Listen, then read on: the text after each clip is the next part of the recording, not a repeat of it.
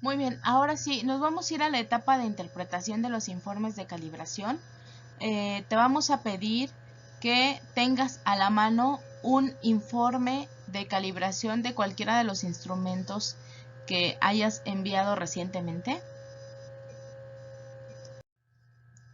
Y también te vamos a pedir que descargues la hoja de inspección que se te envió vía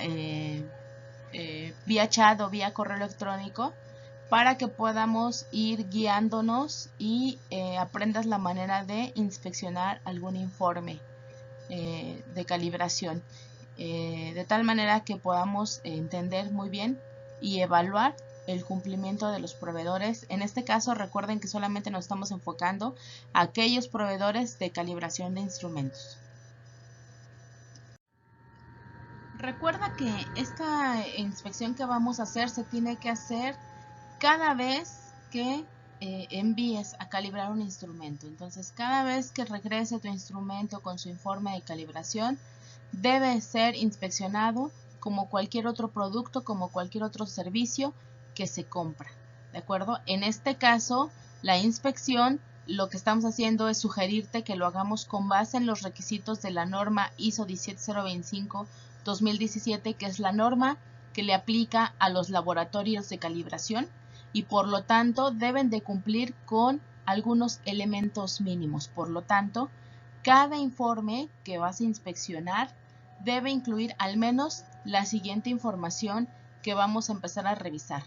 Ten a la mano tu hoja de inspección, por favor.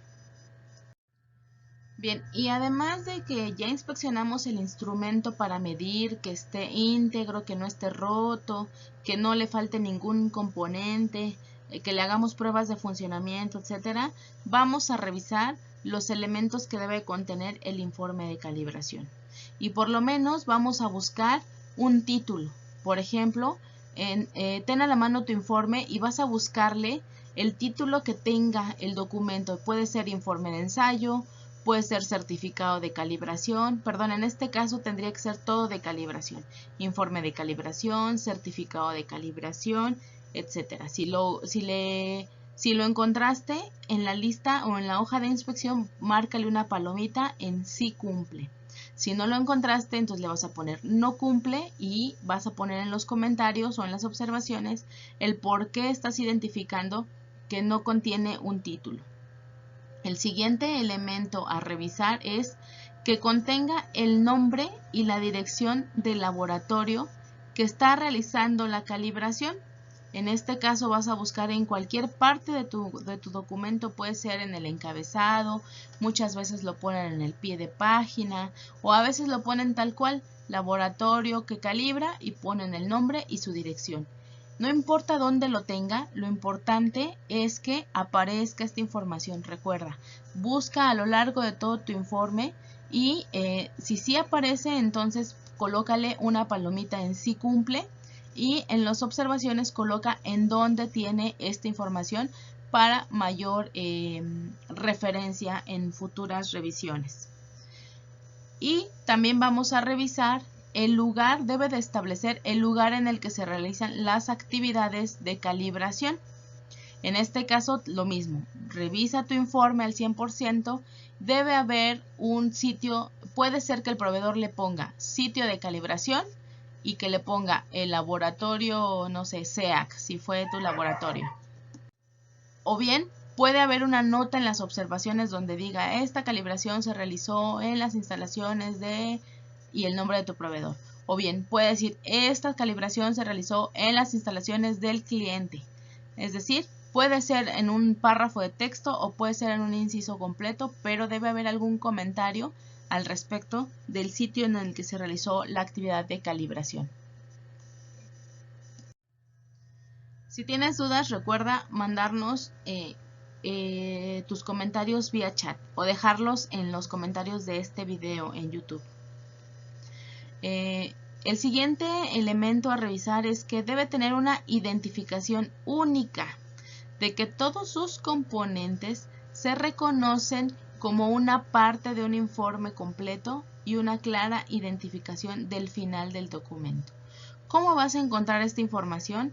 Bueno, vas a revisar en todo tu informe y debe de tener el número de informe que le haya designado tu proveedor en todas sus hojas. Si son 2 hojas, en las 2 hojas. Si son 6 hojas, en las 6 hojas. Y también puede ser que venga el número de páginas, 1 de 5, 2 de 5 y así sucesivamente hasta 5 de 5. También algo que puedes encontrar es que al final del documento, pero completamente al final, vete a la última hoja, debe tener un documento, una nota que diga final de documento, fin del informe, término del informe o alguna señal de que hasta ahí llegó su información.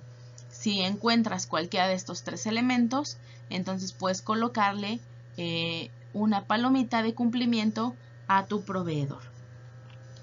También debe tener el nombre y la información de contacto del cliente. En este caso debe decir la información de tu empresa, a dónde, o más bien la razón social y seguramente el domicilio del cliente.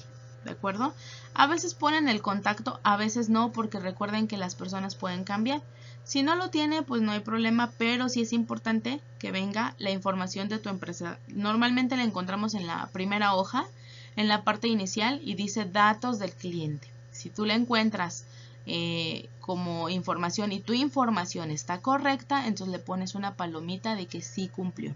Si tu informe tiene el apartado de datos del cliente, pero tiene un error en tu información, entonces le vas a poner como que no cumplió y vas a poner en las observaciones cuál es el error que encontraste dentro de el informe con relación a tu información o la información de tu empresa. El siguiente elemento dice que debe tener la identificación del método utilizado. También en esta parte, en la parte donde están los patrones o en la información de la portada, dice método o procedimiento. También puede decirnos el procedimiento utilizado. Si viene ese apartado, le puedes poner una palomita a tu informe de que sí cumplió. Si no viene en esa parte, puedes ir a buscarlo a lo largo de todo tu informe y puede hacerlo a manera de texto o a manera de párrafo, donde diga el método utilizado fue comparación directa, no sé, el método que hayan utilizado, ¿de acuerdo? Entonces búscalo en cualquier parte de tus elementos. Si no lo encuentras, entonces coloca tus observaciones, porque después le vas a hacer saber a tu proveedor qué es lo que te está faltando. Y a lo mejor él te aclare que sí está en tal elemento, entonces lo recalificas. Pero si no lo tiene, entonces sí tendrías que pedirle que incluya esa información en tu informe de calibración. ¿Hasta aquí tenemos alguna duda? Muy bien, continuemos. Otro de los elementos que debemos revisar en el informe es que debe venir una descripción, una identificación inequívoca y la condición del instrumento a calibrar si es que esta es necesaria. En este caso debe decir instrumento para pesar, termohigrómetro, etcétera. Debe venir su identificación interna, marca, número de serie, etcétera. También debe tener la fecha de recepción de tu instrumento de calibración, es decir, la fecha en la que ingresa a su laboratorio, y si el proveedor va a calibrarla en tus instalaciones, seguramente esta fecha no aparezca. Entonces la puedes calificar como bien si tu proveedor fue a tus instalaciones y tú no le enviaste el instrumento. Entonces aquí nada más hay que tener cuidado de no calificarle mal al proveedor, porque si tu proveedor fue a tus instalaciones, seguramente esta fecha la ponga como que no aplico. Lo que sí debe de aparecer es la fecha de ejecución de la actividad de calibración. En este caso debe aparecer fecha de calibración y la fecha en la que hizo las actividades el proveedor.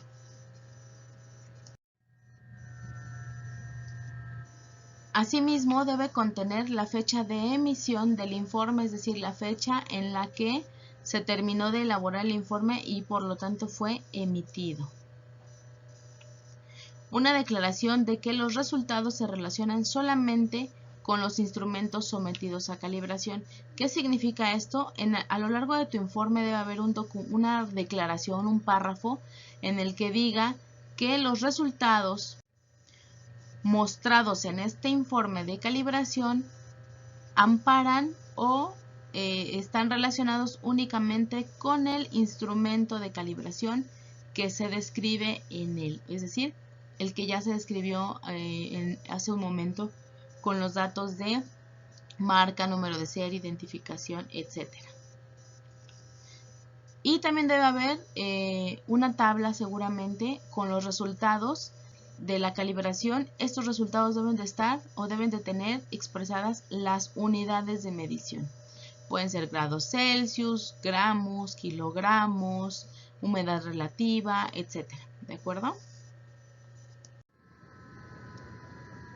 También debes de encontrar un apartado en el cual se establezca la persona que realizó la calibración y la identificación de la persona que autoriza el informe. Aquí es muy importante que venga su nombre, su firma y el puesto que ocupa dentro de la organización. Si esto se cumple, entonces ponle una palomita de cumplimiento. También debemos revisar la información sobre las condiciones específicas de la calibración, tales como las condiciones ambientales. En muchas ocasiones vienen en algún apartado donde venga condiciones de calibración y reporten al menos temperatura y humedad. Cuando es crítico, también se puede llegar a reportar la presión o cualquier otra condición ambiental que sea relevante para el método de calibración. También debe tener la incertidumbre reportada, la incertidumbre de medición. Debe de estar seguramente en la tabla de resultados de la calibración y ojo, aquí debe estar expresada en la misma unidad de medida del mensurando. Aquí es muy importante porque te permitirá aplicarla correctamente. Si la unidad es diferente, podemos tener errores en la interpretación y uso de la calibración, como lo hemos estado haciendo en los ejercicios.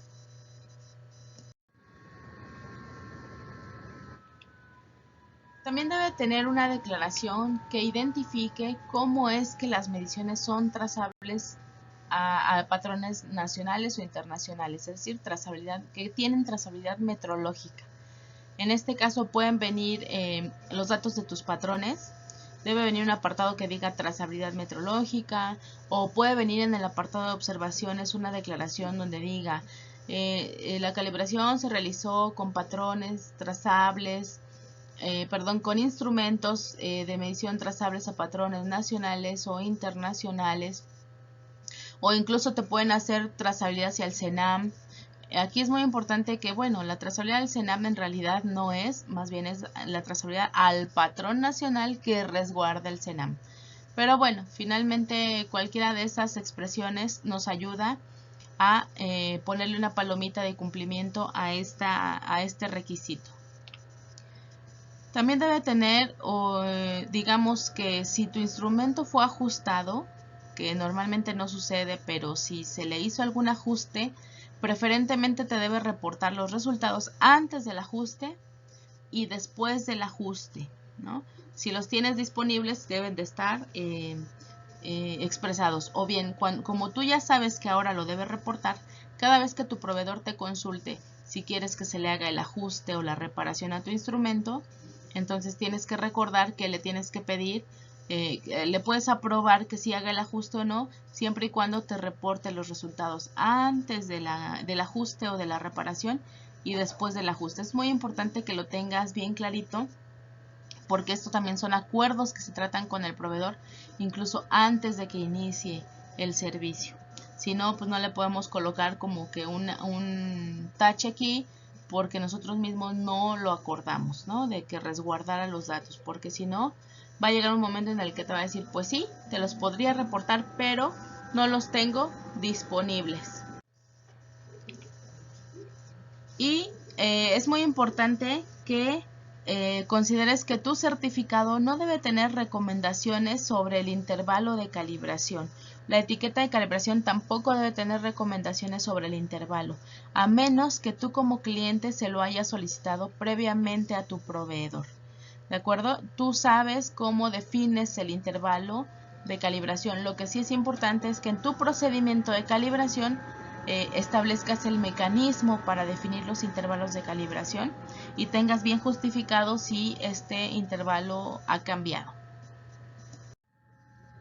Y únicamente cuando solicitaste algún cambio en tu informe al proveedor, puede aplicar este requisito. Establece que cuando se necesite cambiar, corregir o emitir nuevamente un informe que ya se había emitido previamente, cualquier cambio en la información debe estar identificada claramente y cuando sea apropiado debe incluir la razón del cambio en el informe. En este caso es muy importante que te asegures que esto se cumpla para evitar que tengas informes erróneos como si fueran los correctos y que por errores lo estén utilizando para la toma de decisiones. Si las modificaciones a un informe después de que este ya fue emitido, es decir, el proveedor te lo mandó, debe ser realizado únicamente emitiendo nuevamente el documento por completo. No te pueden reemplazar nada más una hoja o la hoja del daño.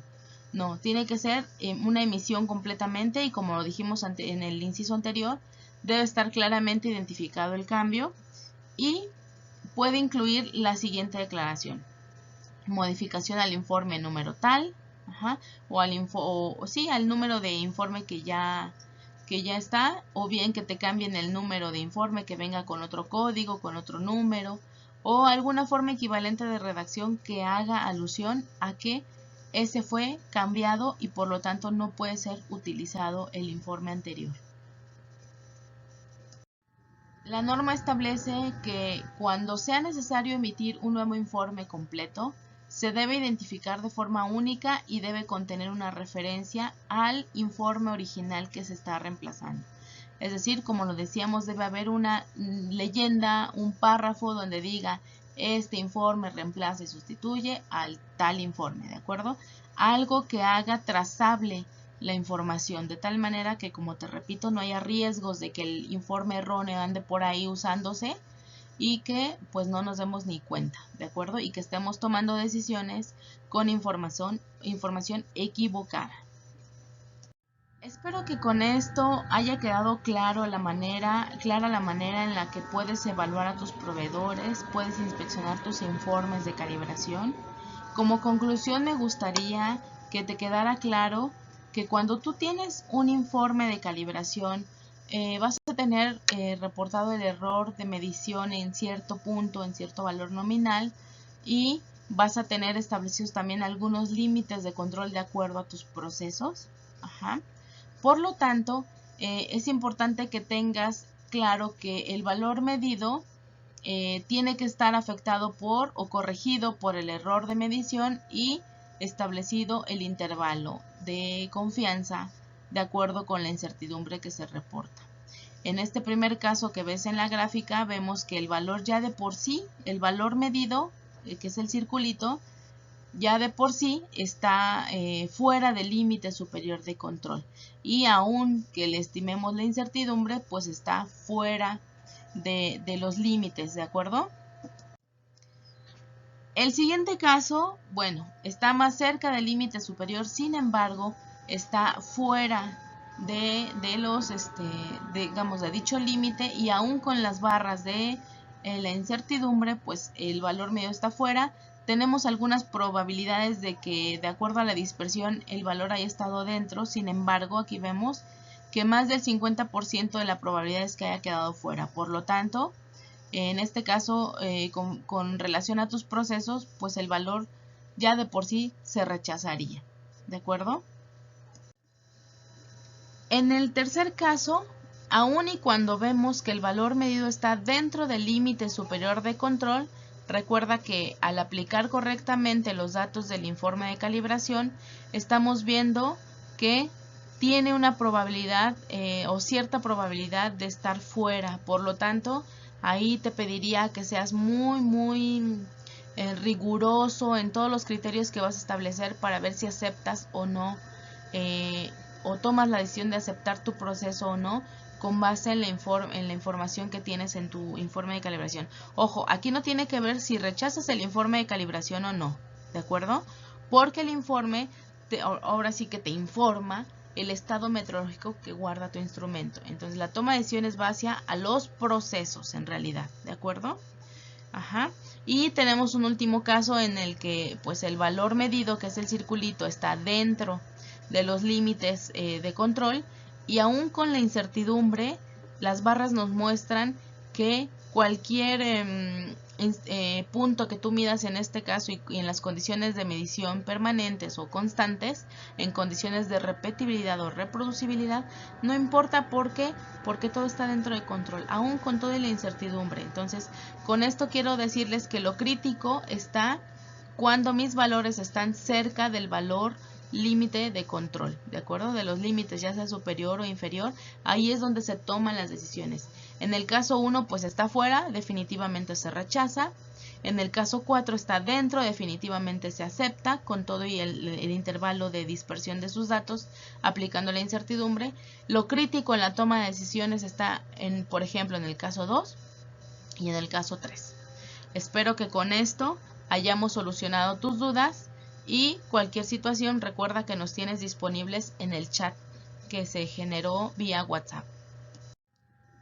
Por mi parte es todo, te agradezco mucho la atención, espero que esta información te sea de utilidad y puedas mejorar mucho tu proceso desde la evaluación, selección de tus proveedores, la evaluación del desempeño de tus proveedores y sobre todo y muy importante, la toma de decisiones en los procesos críticos de tu organización. Muchas gracias.